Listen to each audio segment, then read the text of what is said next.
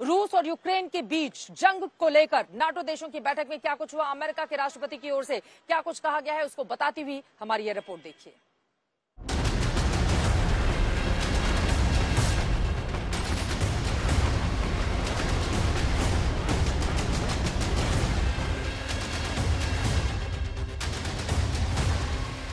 क्या यूक्रेन विश्व युद्ध की रूपरेखा तैयार कर रहा है? क्या अब रूस और नाटो आर पार की जंग के लिए मैदान पर उतरेंगे?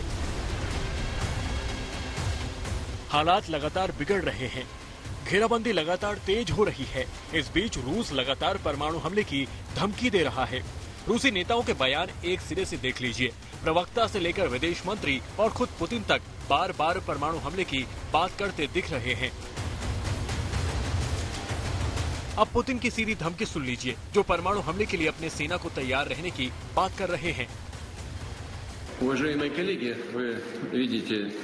Dear colleagues, as you can see, not only Western countries take unfriendly measures against our country. In the economic dimension, I mean the illegal sanctions that everyone knows about very well. But the top officials of leading NATO countries allow themselves to make aggressive statements with regard to our country. That is why I ordered Defense Minister and Chief of General Staff to put Russian Army deterrence forces on high alert. Ukraine में अगर रूस chemical हमला या परमाणु हमला करता है तो उस स्थिति के लिए अमेरिका तैयार है। नेशनल सिक्योरिटी अधिकारियों की एक टीम बनाई गई है जिसका नाम टाइगर टीम है। अगर नाटो क्षेत्र पर रूस हमला करता है तो ये टीम यूक्रेन की मदद करेगी।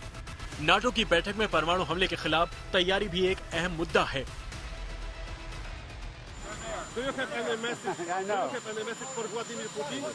President, how concerned about the threat of chemical warfare right now? That Russia would use chemical weapons. How high is that threat? I think it's a real threat. Brussels में आज NATO देश इकट्ठा हुए, जिनमें अमेरिकी राष्ट्रपति जो बाइडेन ने भी हिस्सा लिया। इस बैठक में यूक्रेन के राष्ट्रपति जेलेंस्की ने एक बार फिर दुनिया भर से रूस पर दबाव बनाने की अपील की है। Що ви цінуєте? Але НАТО ще належить показати, що Альянс може зробити для порятунку людей, показати, що це дійсно найпотужніше оборонне об'єднання в світі. І світ чекає, і Україна дуже чекає.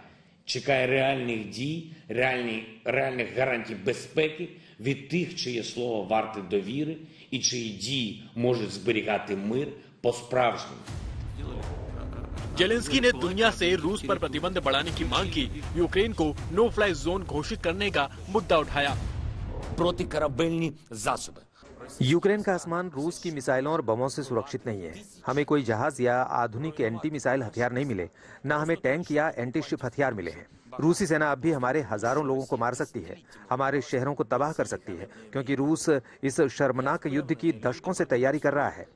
मुझे भरोसा है कि लोग दिखाएंगे कि वो हमारा समर्थन कैसे करते हैं, लेकिन सभी नेताओं को भी आजादी का समर्थन करना चाहिए। उन्हें जीवन बचाने की हमारी लड़ाई का साथ देना चाहिए।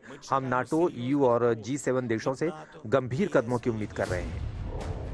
बहरहाल नाटो देश लगातार रूस पर शिकंजा कसने की कोशिश तेज कर रहे हैं। जर्मनी यूक्रेन को 2000 और टैंक रोधी हथियार भेजेगा ताकि रूस को टक्कर दी जा सके, तो वहीं ब्रिटेन यूक्रेन को लगभग 6000 नई रक्षात्मक मिसाइलें देने जा रहा है।